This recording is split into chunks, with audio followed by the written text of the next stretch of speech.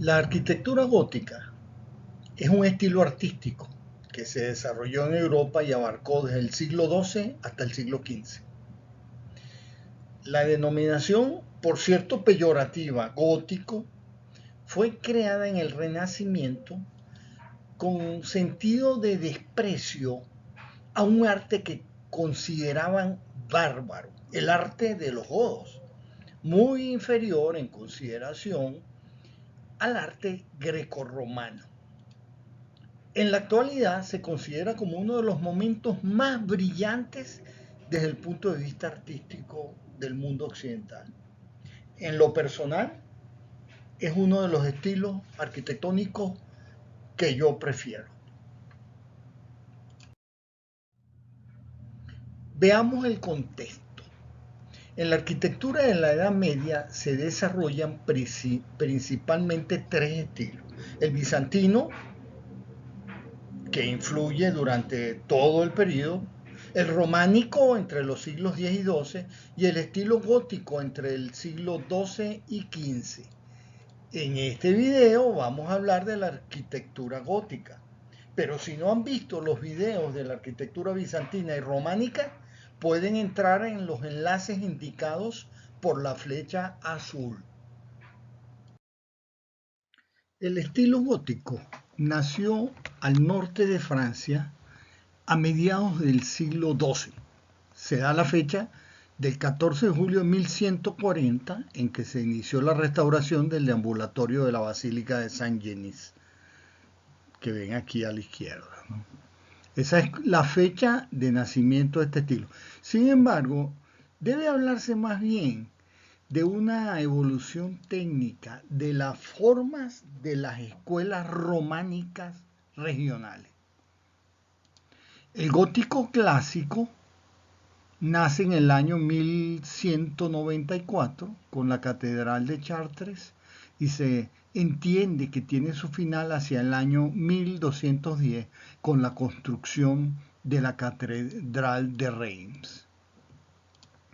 El gótico radiante es la denominación historiográfica para la arquitectura gótica francesa del período comprendido entre los años de 1240 y 1350.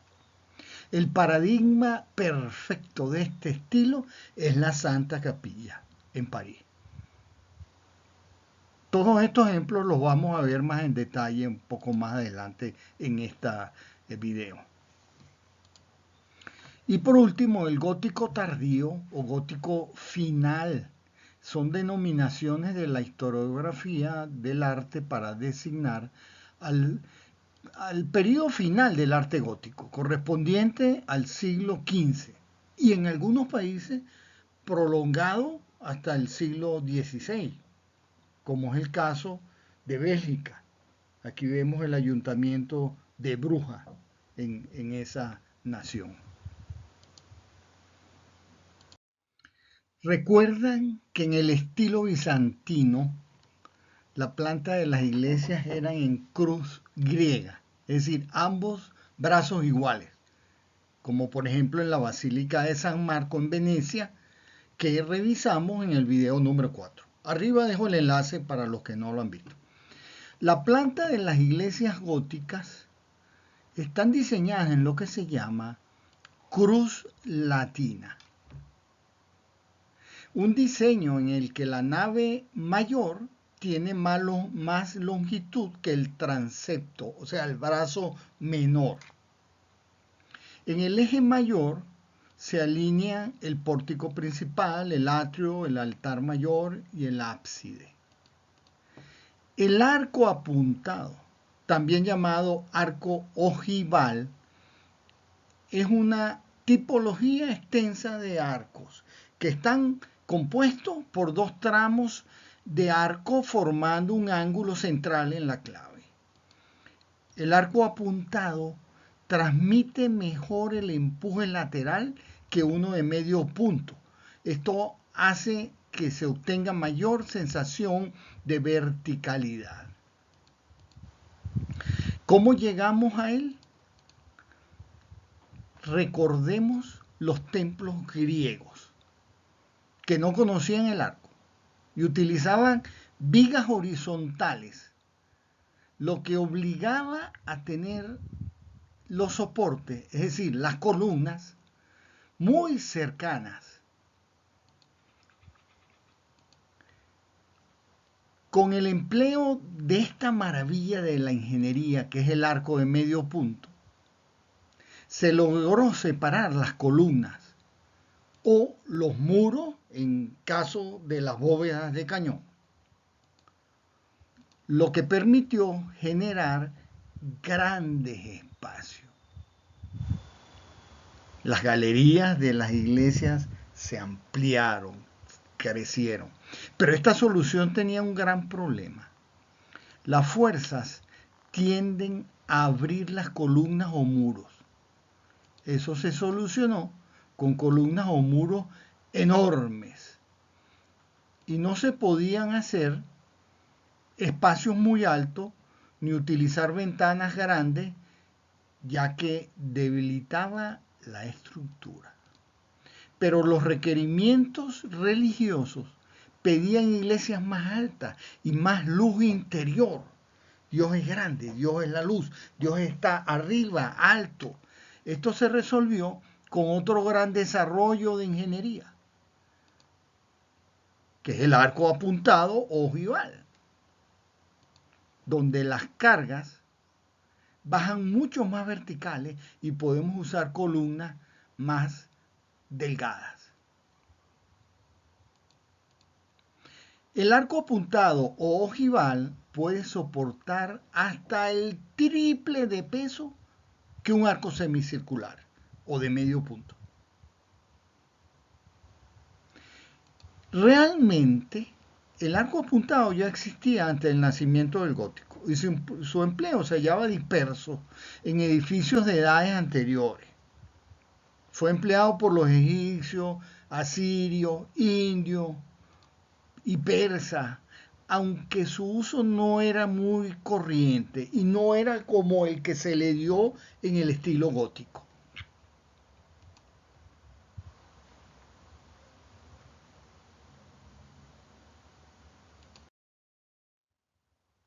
La arquitectura islámica, por ejemplo, también lo conoció.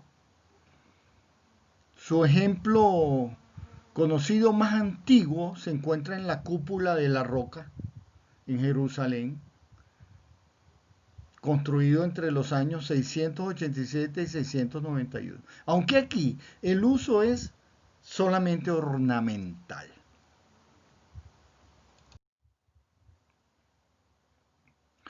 De manera que el diseño de los arcos de las catedrales góticas no son solamente estéticos. Para divagar un poco, el billete de 10 euros tiene la imagen de un arco de medio punto y el de 20 euros tiene la imagen de un arco apuntado. Qué bien, ¿no?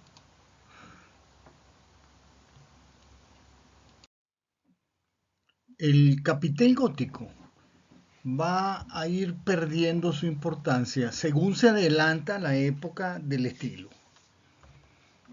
Después del periodo de transición en el que se sigue el capitel románico, se presenta como un tambor algo cónico, abrazado con follaje cuyos motivos se toman de la flora del país, aunque a veces, sobre todo durante el siglo XIV, admite figurillas e historias entre el follaje, siempre con más pulcritud que en el estilo románico, y se corona por un ábaco circular o poligonal de varias molduras.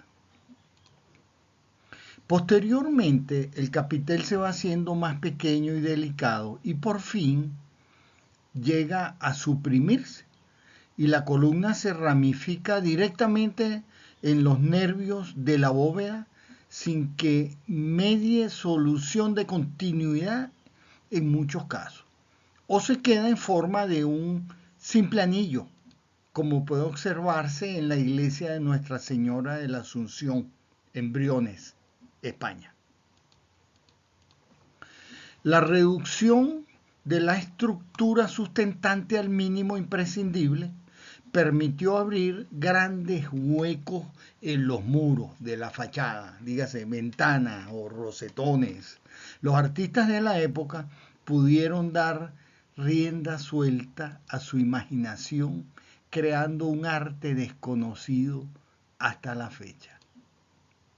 Al principio las ventanas del gótico inicial, suelen ser como las románicas, de arco apuntado, pero luego se van sofisticando, como este que ven en Sainte-Chapelle, París, la Santa Capilla, donde la luz es fuente de belleza en sí misma.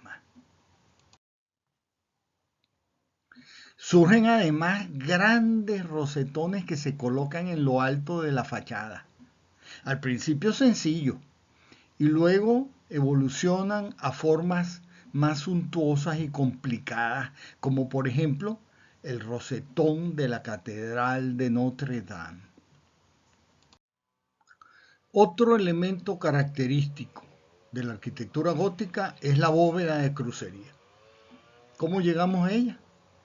Atamos los pilares en la dirección que muestra el dibujo con arcos apuntados. Y ahora los atamos también en esta dirección.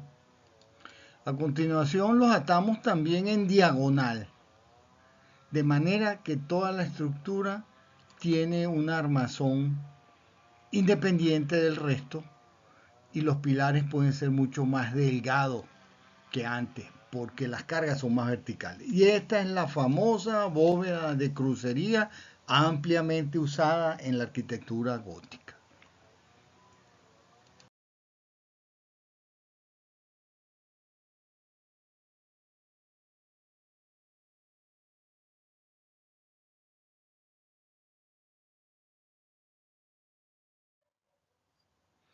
Otros elementos presentes en el estilo gótico son los arbotantes, estructura en forma de medio arco colocado en la parte exterior de un edificio que transmite el peso de la bóveda hacia los contrafuertes. Y los pináculos, remate piramidal o cónico que cumple una doble función estética, acentuando la sensación de verticalidad y de ligereza, y estructural, sirviendo de contrapeso al empuje del arbotante sobre el contrafuerte. Ya no se requieren estos contrafuertes tan grandes que se usaban en el estilo románico. Vamos a dar un vistazo de todos los elementos en conjunto. Vemos la nave central y la lateral, el arco apuntado sobre los pilares, el triforio, que es un elemento arquitectónico situado en las naves centrales, justo encima de las arcadas que dan a las naves laterales.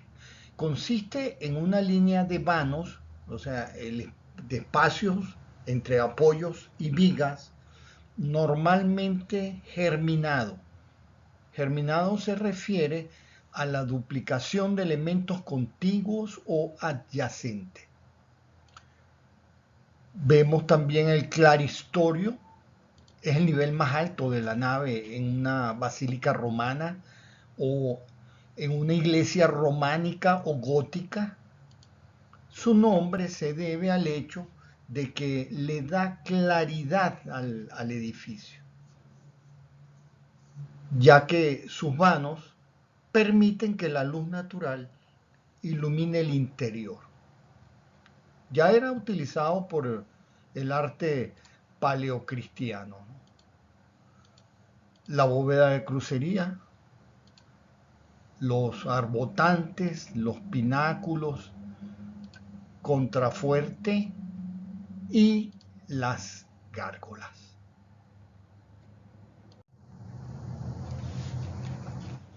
He aquí la Catedral de Notre Dame de París. Existe aún en esta catedral una dualidad de influencias estilísticas, ¿no? Por un lado, reminiscencias del románico normando por otro lado, el ya innovador aprovechamiento de las evoluciones arquitectónicas del gótico, que confieren al edificio una ligereza y aparente facilidad en la construcción vertical y en el soporte del peso de su estructura. Está situado en la pequeña isla de la Cité, rodeado por las aguas del río Sena. Es uno de los monumentos más populares de la capital francesa. Aquí la vemos, esta es una vista desde el río Sena. Interior de la catedral hacia el altar mayor. Se aprecia claramente los arcos apuntados sobre pilares, el triforio, el claristorio y un pedacito de la bóveda de crucería. En la otra imagen tenemos una fotografía del incendio ocurrido en el 2019, el 15 de abril. Esta es otra vista del incendio desde el frente. Así quedó el interior de la catedral después del fuego.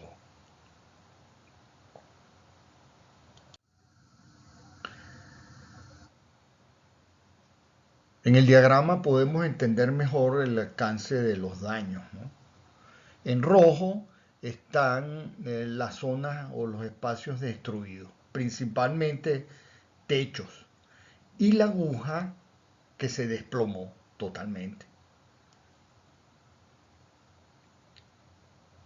Alrededor de la aguja vemos los andamios instalados para las labores de mantenimiento donde se originó el fuego. Así quedó el techo después del incendio. ¿Por qué no se cayó el edificio? ¿Por qué no se destruyó totalmente Notre Dame? Porque los elementos estructurales no sufrieron. Observen los arbotantes. Solo señalo algunos de ellos, pero todos alrededor de la estructura están bien. Los pináculos, los contrafuertes en perfectas condiciones. Al noreste de París se encuentra la ciudad de Reims. Vamos allí a visitar su famosa catedral. La Catedral de Reims, en Francia, construida en el siglo XIII después de las catedrales de París y de Chartres. Es uno de los edificios góticos de mayor importancia en Francia, tanto por su extraordinaria arquitectura como por su riquísima estatuaria. En la nave central de la catedral aparece este trazado célebre de laberinto. Si observa con atención, es el dibujo del laberinto descrito en el nombre de la rosa. Tiene la característica de que se puede resolver con un único trayecto tortuoso y reducido como el camino que lleva a la salvación o el camino que conduce a la Jerusalén celestial. O quizás el diseño en el laberinto ofrecía una decoración limpia, elegante y esmerada para este edificio sin segundos significados.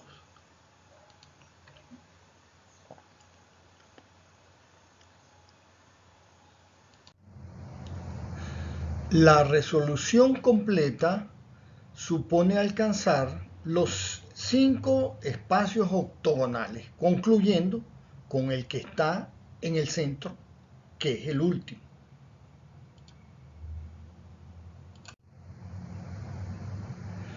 Vamos a resolverlo, al menos parcialmente, por razones de tiempo. Vamos a llegar hasta el octógono marcado con el número 1. Pero les reto que lo resuelvan completo luego al terminar el video. Vamos a resolverlo.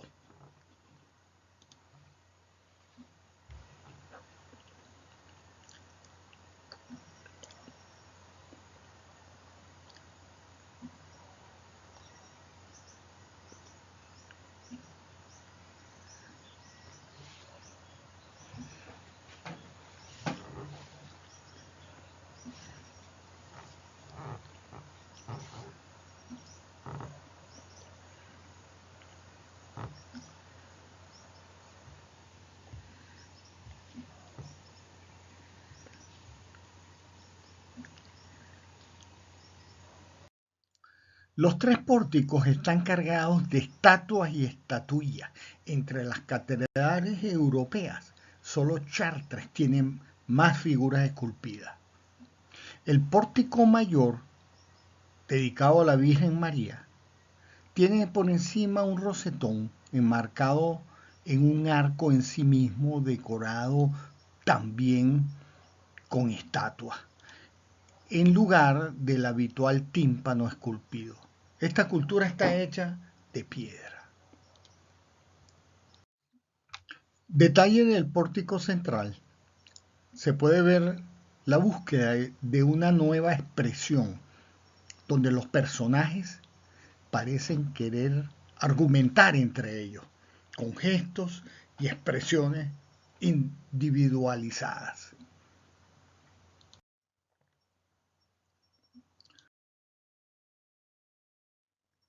A pocos menos de 2 horas por tierra al norte de París se encuentra la ciudad de Amiens. Esa será nuestra próxima parada para visitar su catedral. La catedral de Notre-Dame de Amiens, Notre-Dame d'Amiens, es una iglesia de culto católico en la ciudad de Amiens, Francia, una catedral del gótico. El interior, aquí ven, con vista a las bóvedas y a la arcada. Vamos a trasladarnos al Reino Unido, a su capital, la ciudad de Londres. El gótico inglés floreció en Inglaterra desde alrededor del año 1180 y que dominó por más de 3 siglos, hasta alrededor de 1520. Enrique III mandó o ordenó la construcción de esta abadía, que se conoce como la abadía de Westminster, en el siglo XIII, aunque tiene remodelaciones hasta el siglo XVIII. Desde Guillermo I en 1066, en este lugar se han coronado todos los reyes de Inglaterra hasta la actualidad, excepto 2 de ellos.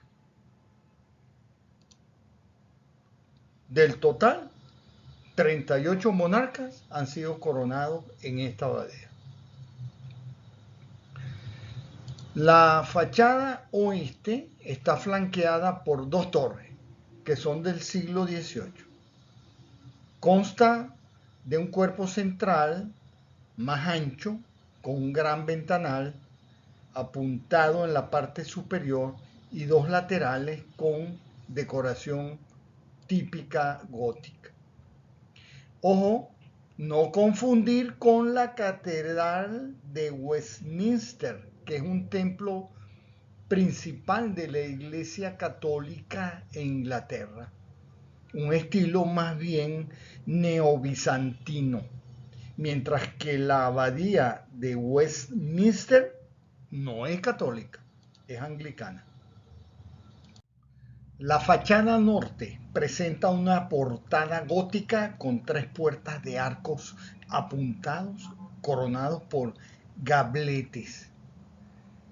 Gablete es ese remate decorativo de líneas rectas y ápice agudo a manera de frontón triangular. Luego hay un segundo cuerpo de ventanales apuntado y sobre ellos un gran rosetón central. Este es el coro de la abadía. Ahí lo ven en acción. Y esta es la vista exterior nocturna de la nave. Dejamos Londres y nos vamos hacia el este a 1 hora y media aproximadamente. Y ahí se encuentra la ciudad de Canterbury, famosa por su catedral.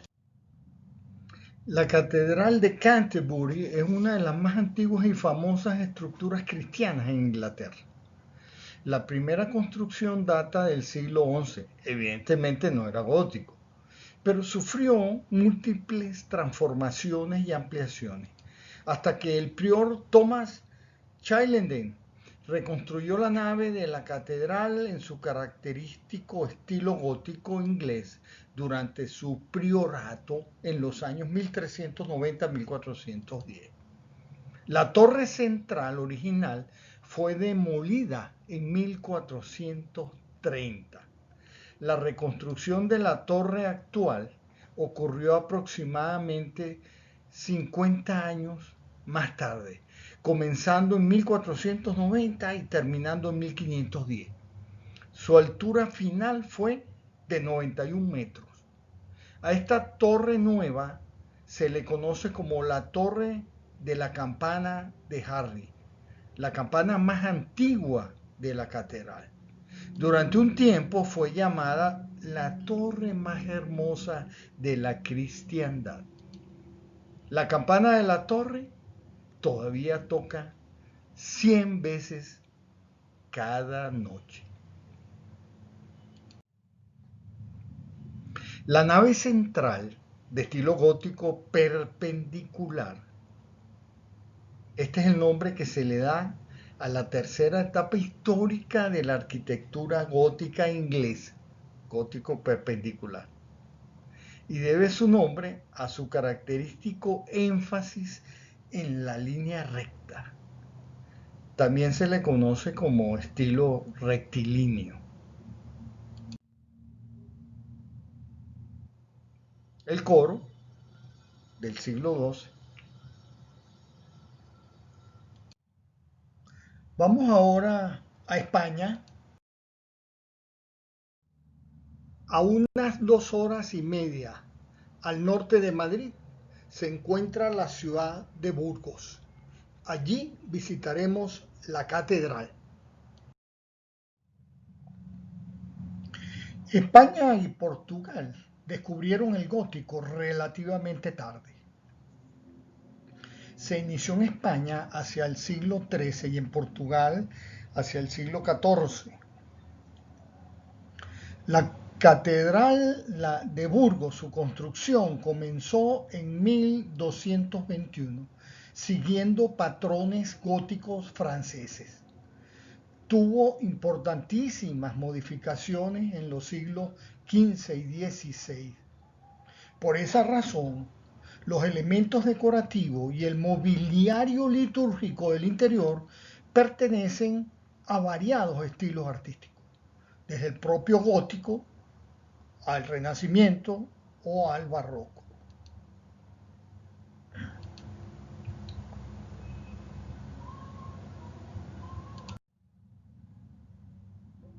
Aquí vemos la fachada de Santa María, rosetón y galería, y el aspecto de la capilla mayor. El gótico llegó a Italia de forma tardía también y tuvo poco arraigo. Sin embargo, hay algunos ejemplos extraordinarios. Uno de ellos se encuentra al norte de Italia, en la ciudad de Milán.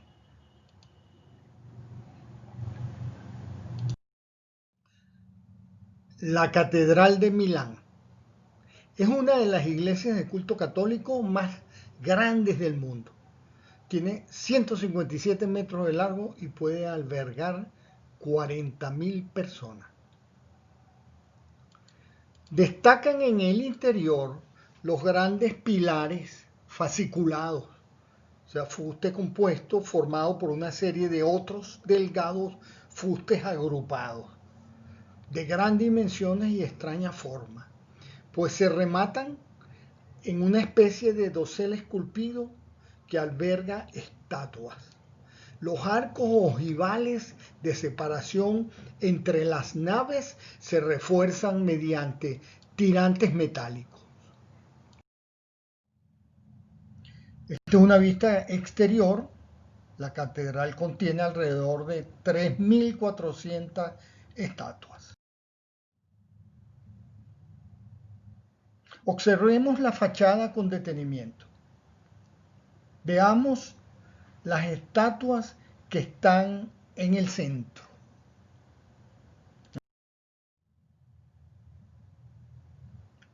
Esas dos estatuas.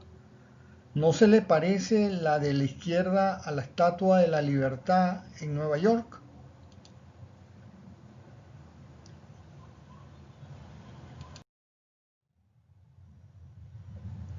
Esta estatua fue tallada por Camillo Passetti en 1810. La Estatua de la Libertad en Nueva York está datada de 1886.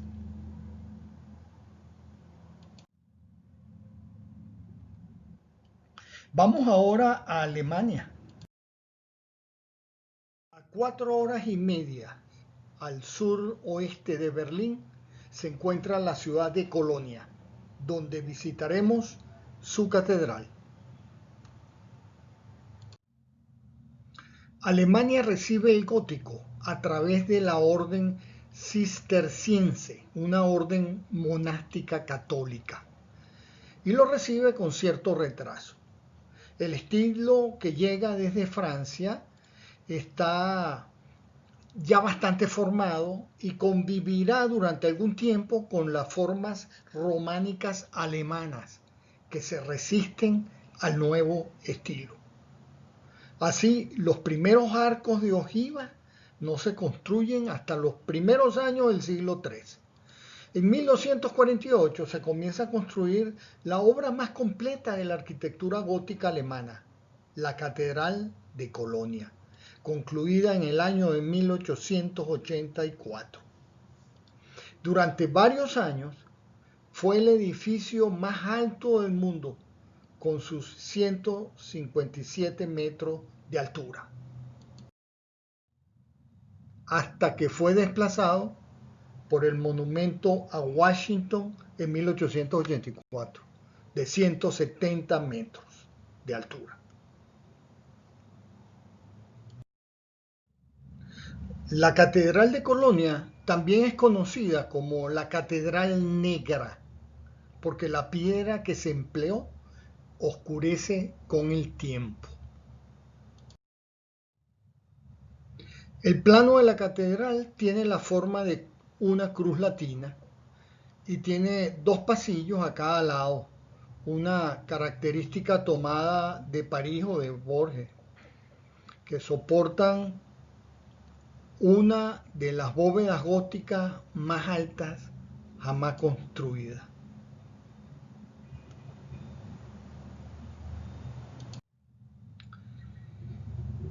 Vamos ahora a Bélgica para ver dos ejemplos de arquitectura gótica civil en Brujas y en Bruselas.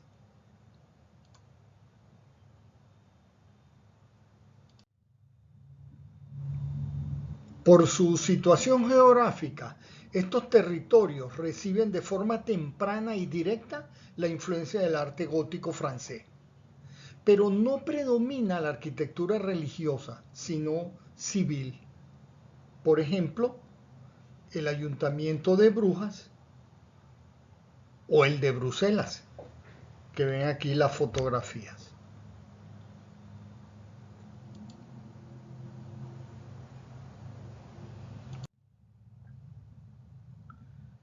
Vamos a trasladarnos ahora a América, concretamente al Caribe.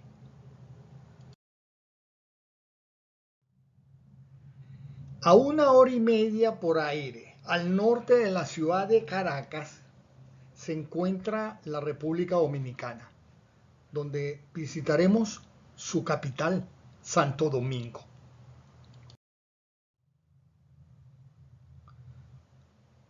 Esta es la Catedral Primada de América, la Catedral de Santo Domingo.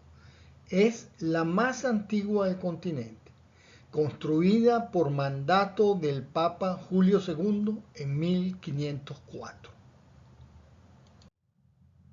La catedral está construida con piedra calcárea. Si bien algunos muros son de mampostería y ladrillo y cuenta con 12 capillas laterales, 3 naves libre y una nave principal. He aquí un par de vistas del interior con sus bóvedas de crucería. Después de este repaso sobre la arquitectura gótica, vamos a hablar de la arquitectura del Renacimiento. Pero eso será en la próxima clase, porque esto se terminó.